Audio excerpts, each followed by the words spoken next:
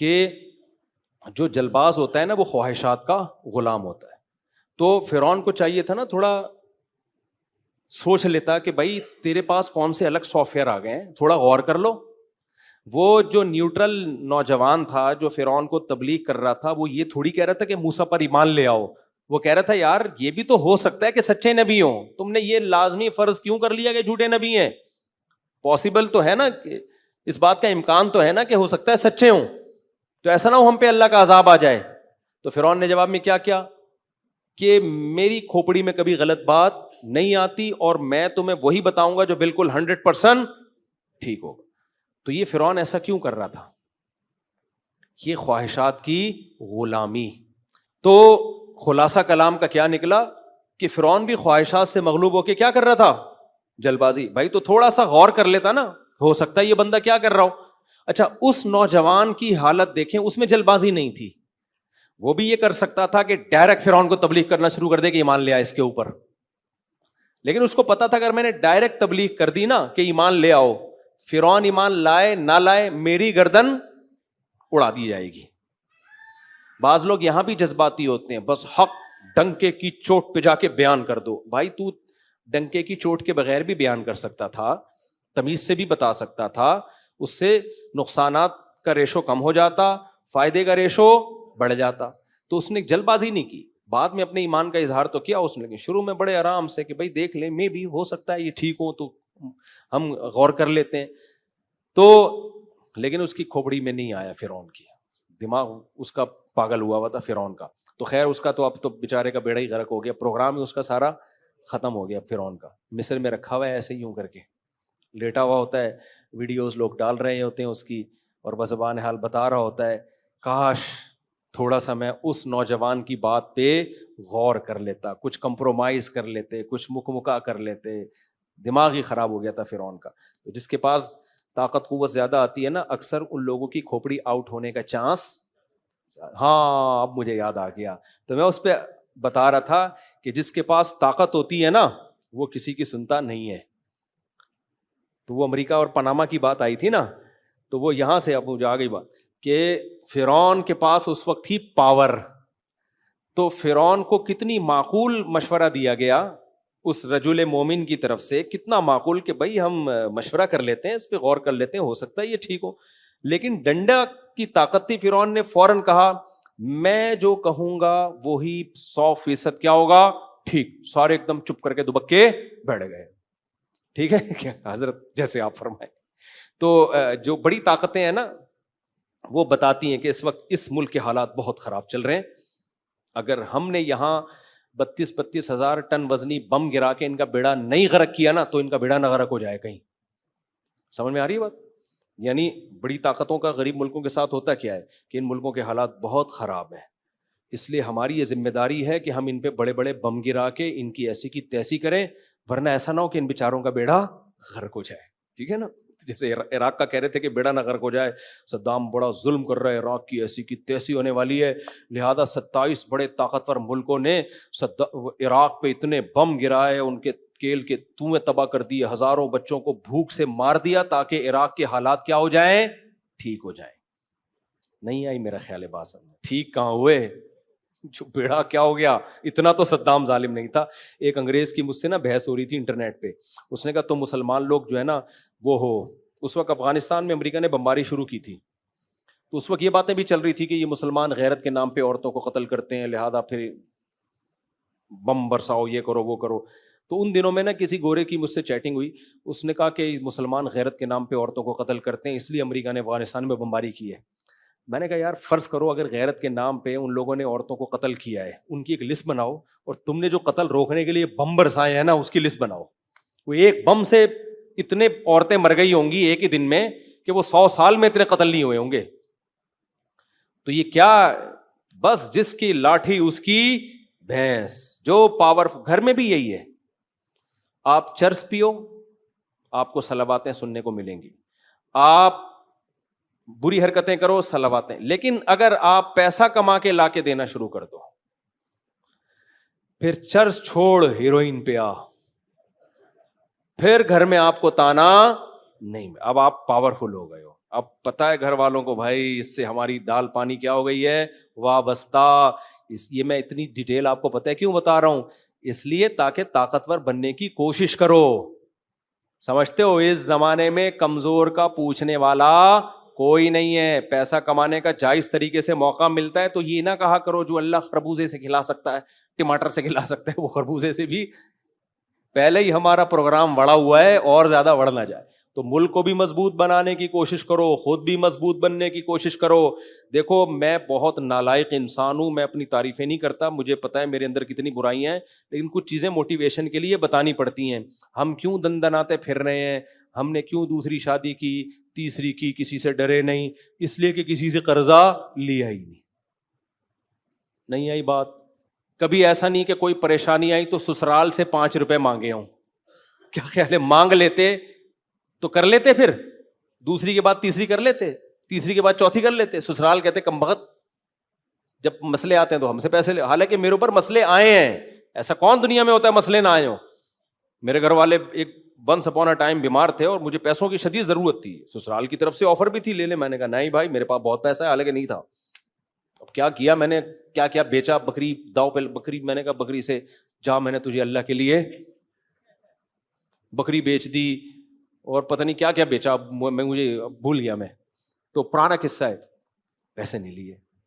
تو جو ہاتھ یوں کر کے زندگی گزارتا ہے وہ ہمیشہ بولو جھک کے رہتا ہے. جس کا ہاتھ اوپر ہوتا ہے وہ سر اٹھا کے جیتا ہے. ہاتھ اوپر ہونے کا مطلب یہ نہیں کہ کروڑ پتی بن جاؤ آپ, غریب آدمی بھی ہاتھ اوپر اٹھا کے جی سکتا ہے. ہاں اپنا حق لینے میں گڑبڑ نہ کیا کرو. اب ایسا نہیں ہو کمپنی آپ کو تنخواہ دے رہی ہے نہیں دے رہی, آپ کے ہم کبھی کمپنی کے سامنے ہاتھ نہیں. اپنا حق لینا ہاتھ پھیلانا نہیں کہلاتا, کیونکہ آپ نے اس کی خدمت کی ہے, کام پورا کیا, تو اب آپ کا رائٹ ہے. پھر تو کیس بھی کرو. آج ایک بندہ آیا میرے پاس کہ میرا بھائی جو ہے نا, چھوٹا بھائی وراثت کھا گیا, یہ کر رہا ہے وہ کر رہا ہے. شاید پتہ نہیں وہ بیٹھے ہوئے میں وہی تھے یا کوئی اور تھے, آپ کی شکل کے تھے, آپ نہیں ہیں لیکن آپ کی شکل کا بندہ تھا. میں نے کہا کیس کر دے بھائی.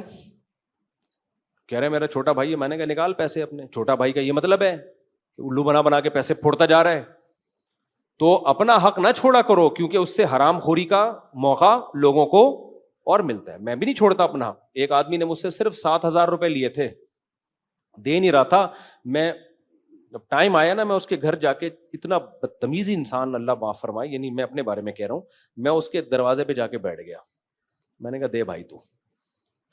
کہہ رہے کیا ہو گیا, میں کہیں لے کے بھاگ رہا ہوں. میں نے کہا بھاگ ہی تو رہا ہے نا, اگر نہیں بھاگنا ہوتا تو دے دیتا ٹائم پہ. تو میں بیٹھ گیا. حالانکہ مجھے کوئی زیادہ ضرورت نہیں تھی, لیکن مجھے لچڑ لوگ پسند ہی نہیں ہے, پتہ نہیں کیوں. لچڑ آدمی کے پاس میرا دل نہیں چاہتا کہ 1 روپیہ بھی چھوڑو. جو لالچ کر کے پیسے لے رہا ہے نا, گھما پھرا رہا ہے, اس کو دو ہی نہیں, اس سے نکلواؤ. اور فقہاء نے بیان کیا کہ اگر کوئی تمیز سے پیسے نہیں دے رہا نا, ٹیڑھی انگلی سے بھی گھی نکال سکتے. اس کی کوئی چیز رکھ لو, بیچ کے اپنا پیسہ پورا کر لو. میرے پاس لوگ آتے ہیں الحمدللہ, بہت الٹے مشورہ بھی دیتا ہوں میں, اللہ کا بڑا فضل ہے. لوگ آتے ہیں کہ میرے 6 مہینے سے پیسے کھا کے بیٹھا ہوا ہے, تو اس کی بائک میرے پاس آئی ہے, کیا کروں. میں نے کہا پی جا. میں نے کہا اتوار بازار میں بائک جا کے بیچ دے, جتنا تیرا پیسہ بنتا ہے رکھ لے, باقی پیسے لے جا کے پکڑا دے. اس کے بغیر پیسے نکالنا ممکن نہیں ہے. ایک آپ کو بتاؤں, ایک آدمی نا احمقوں کی فہرست تیار کر رہا تھا, لسٹ تیار کر رہا تھا, بڑے سب سے بڑا احمق کون, اس سے چھوٹا کون. تو ایک دن کیا ہوا, اس کے پاس کوئی بندہ آیا, 1 لاکھ روپے چاہیے, اس نے دے دیے. بعد میں اس کو خیال آیا کہ یار میں تو بڑا بے وقوف, مفتی صاحب نے اتنے بیانات بھی کیے کہ اس زمانے میں جو پیسہ دے وہ بے وقوف ہے, اس امید پہ کہ واپس ملیں گے. صدقے کی نیت سے دے دو الگ بات ہے. تو اس نے کیا کہا کہ یار میرے بیان سنے ہوں گے, اس نے کہا یار سب سے پہلے نا میرا نام ڈال دے احمقوں کی لسٹ میں. اپنا نام ڈلوا دیا کہ احمقوں کی لسٹ میں, کراچی میں, پاکستان میں جو کسی کو پیسے اس امید پہ دے رہا ہے کہ یہ ٹائم پہ واپس دے دے, وہ کم بے وقوف ہو سکتا ہے, بہت بڑا بے وقوف. تو اس نے کہا بے وقوفوں اور احمقوں کی فہرست میں سب سے پہلے نمبر پہ کس کو ڈال دے, میرا نام. پھر اور بھی بے وقوف لکھے اس نے نیچے. کیا ہوا, 1 ہفتے بعد وہ بندہ پیسے واپس لا کے دے دیے اس نے. اس نے کہا میرا ہٹا کے اس کا نام ڈال بھائی, ہٹا دے. اس نے کہا میں سمجھ رہا تھا میں ہی بہت بڑا بے وقوف ہوں, اب مجھے پتا چلے کہ مجھ سے بڑے بڑے بھی دنیا میں, یعنی مطلب یہ تھا کہ میں اس سے نہ لیتا تو یہ کیا کر لیتا. یہ بے وقوف سمجھ رہا ہے کہ یہ شاید میں زبردستی نکلوا لوں گا. کون نکلوا سکتا ہے بھائی. تو جو یہ تو خیر لطیفہ ہے, اس کو سیریس نہ لیں. لچڑ لوگ جو ہے نا, لچڑ, ان کے پاس کبھی بھی 1 روپیہ بھی مت چھوڑو. لچڑ پنا ہے کیا؟ یہ بھی جلد بازی ہے. یہ سارے بیان میرا جلد بازی کے خلاف ہی ہو رہا ہے. میں اس کی ایک مثال دیتا ہوں.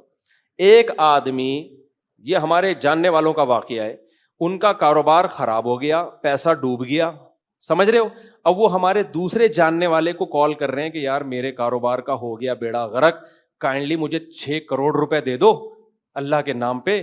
تو مجھے کاروبار کرنا تو آتا ہے, بزنس کروں گا, 6 مہینے میں کروڑ بھی واپس کر دوں گا اور پروفٹ آدھا آدھا ڈیوائڈ کریں گے. ان کی قسمت اچھی تھی, انہوں نے مجھے فون کر لیا کہ مفتی صاحب یہ بڑا نیک آدمی ہے, 6 کروڑ روپے مانگ رہا ہے اور کروڑوں کا اس نے بزنس کیا بھی ہے. 6 کروڑ یا 7 کروڑ مانگ رہا ہے اور بزنس کیا بھی ہے اس نے دبا کے. اب بیچارے کا حالات آ گئے, نقصان ہو گیا, تو ظاہر ہے پیسہ چاہیے, پیسہ ہے نہیں اس کے پاس. میں نے اس سے کہا, میں نے کہا اس سے پوچھو یہ رہتا کرائے کے گھر پہ ہے یا اپنے گھر پہ رہتا ہے. انہوں نے کہا پوچھا تو کہا تھی اپنا ذاتی گھر ہے. میں نے کہا اس سے پوچھو یہ گھر کی قیمت کتنی ہے, تو پتا چلا جی 10 کروڑ. میں نے کہا اس سے بولو کہ ایسا کریں کائنڈلی یہ 10 کروڑ کا گھر بیچیں, 6 مہینے کے لیے کرائے پہ آ جائیں. اگر کرائے پہ کوئی گھر نہیں دیتا تو مفتی طارق مسعود صاحب آپ کو گھر دلوا دیں گے کرائے پر. نہیں تو میں نے کہا آپ بولو کہ ہمارے گھر ہی رہ لینا تھوڑے دن, دوست ہے نا, تو 6 مہینے کی رکھ لو اس کو, یا 6 مہینے کی کرائے پہ رہ لیں آپ, اور 10 کروڑ کا جب گھر بکے گا اس میں 6 کروڑ لگائیں بزنس پہ. وہ 6 کروڑ ہو جائیں گے بقول ان کے 12 کروڑ 6 مہینے میں. تو جب 12 کروڑ ہو جائیں گے تو 6 کروڑ کا گھر دوبارہ خرید لینا, اور وہ 6 کروڑ جو پروفٹ ہوگا اس میں جو انہوں نے 3 کروڑ آپ کو دینا تھا وہ بھی کہنا آپ ہی رکھیں. مزہ آ گیا کہ نہیں آ گیا؟ کتنا بہترین پیکج. وہ 3 کروڑ مجھے دینے کی ضرورت بولو نا نہیں ہے. میں نے کہا ان کو بولو یہ مفتی طارق مسعود صاحب نے ایسا بہترین پیکج بتایا ہے نا کہ وہ جو 3 کروڑ 12 کروڑ کما کے آپ نے مجھے دینے تھے وہ بھی, یہ دل کس کا ہوا؟ ہمیشہ کے لیے آپ کا ہو گیا. صحیح ہے. یہ 3 کروڑ بھی کس کے ہو گئے؟ آپ کے ہو گئے. مجھے پتا تھا وہ بلک بلک کے روئے گا. کمبختو تمہارے پاس جب تک پراپرٹی ہے تو دوسرے کا پیسہ ریورس کیا. میں نے گالی بڑی مشکل سے ابھی منہ سے نکل رہی تھی. مجھے پھر غصہ بہت آتا ہے, لچڑ پنے پر جتنا مجھے غصہ آتا ہے نا اتنا کسی چیز پہ نہیں آتا. آدمی جو ہو نا وہ ہو نا, نظر وہی آنا چاہیے. 2 نمبریاں کیوں کر رہے ہو لوگوں کے؟ اپنے دوست کے ساتھ تم یار تم فراڈ کر رہے ہو, دوست کے پیسے ڈبو رہے ہو تم بزنس میں. وہ بیچارہ سیدھا آدمی, اس نے مجھ سے مشورہ لے لیا. میں نے کہا مرے گا. اگر اس کو 100% یقین ہوتا نا یہ 6 کے 12 ہو جائیں گے, یہ اپنی پراپرٹی بیچ کے سارا پروفٹ خود رکھتا. تو اب اس نے میرے مشورے پر اس کو فون کیا. میں نے کہا میرا نام نہیں لینا. وہ تو میں نے شروع میں کہہ دیا نا مفتی طارق مسعود کہہ رہے ہیں, لیکن میں نے کہا میرا نام نہیں لینا ورنہ میرے لیے بد دعائیں کرے گا. تو پھر اس نے جب فون کیا نا تو فون پہ اس نے کہا دیکھیں میں اپنا گھر نہیں بیچنا چاہتا, ایکچولی پراپرٹی تو میرے پاس اور بھی ہے, وہ ایک گھر فلاں جگہ بھی ہے, لیکن دیکھیں میں چاہتا نہیں ہوں کہ پراپرٹی بیچوں, یہ میری ضرورت کی ہے. اٹ از کالڈ لچڑ پن. سمجھتے ہو؟ تو نے دیواروں پتھروں سے اتنا دل لگایا ہوا ہے, یہ تیرے کو پتہ نہیں کوئی کس میں کوئی بزرگ نے تیرے کو ہبہ کی تھی یا کوئی زمزم کوئی مکہ مدینہ کے پتھروں سے اس کو بنایا گیا ہے, کیوں نہیں بیچنا چاہتا بھائی تو یہ بھی لالچ ہے. یہ کیا ہے؟ یہ بھی جلد بازی کہ ایک دم کسی کا پیسہ لگے, رسک میں بالکل بھی نہ لوں تاکہ ڈوبے تو اگلے کا ڈوبے, ہمارا نہ ڈوبے, ہمیں کچھ نہ, ہم بیٹھ کے پیڑے کھائیں خالی. یہ ساری غیر اخلاقی حرکتیں انسان میں جب پیدا ہوتی ہیں جب وہ قناعت اور صبر سے کام نہیں لیتا, جلد بازی سے کام لیتا ہے. غیر اخلاقی حرکت مت کرو. آپ بولو کوئی بات نہیں, جتنا پیسہ اللہ نے مجھے دیا ہے میں اسی سے بزنس کروں گا. سمجھ رہے ہو؟ اللہ کھلانے والا ہے. جو دوسرے کا پیسہ بھیک مانگ کے مجھے ملے گا, جو اس سے مجھے پروفٹ دے سکتا ہے وہ مجھے میرے پیسے سے بھی پروفٹ دے سکتا ہے. ایسے موقع پہ توکل کیا ہے؟ لازم ہے.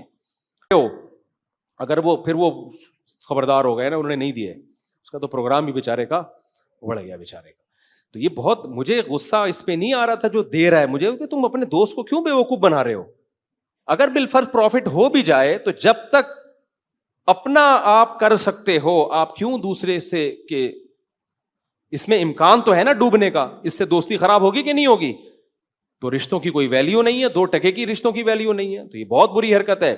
تو یہ ساری چیزیں انسان میں جو غیر اخلاقی چیزیں آتی ہیں, یہاں سے پیسہ گھسیٹ لوں, اس کا پیسہ لے لوں, یہاں سے نکلوا لوں, یوں کر کے ایسے کر لوں, پھر سسرال سے پیسے لے لوں, پھر یہ پرابلم آئی ہے. تو یہاں بھائی جتنے جیب میں ہیں قناعت کر کے سر اٹھا کے زندگی گزارو اور توکل کس پہ کرو؟ اللہ پہ، کہ جو اللہ ادھار لے کے کھلا سکتا ہے وہ ادھار لیے بغیر بھی کھلا سکتا ہے. تو اس سے آپ کیا ہوگا؟ آپ سر اٹھا کے گریبان کھول کے گھومو گے. سمجھتے ہو؟ سر اٹھا کے جیو گے اور گریبان کھول کے گھومو. میں تو ایسے نہیں کھولتا کہ پسلیاں نظر آتی ہیں، اندر کی رپورٹ اتنی اچھی ہے نہیں، بہت باریک سا ہوتا جا رہا ہوں میں دن بدن. تو